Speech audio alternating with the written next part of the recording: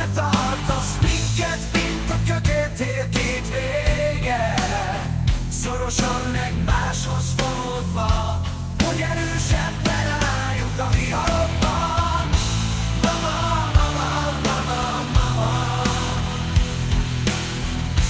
Mama, mama, mama, mama. Finom főztjeid íze és illata egyaránt kápráznak mindenkit. Finom csirke pörkölt engem, őrús levesed erőt adó.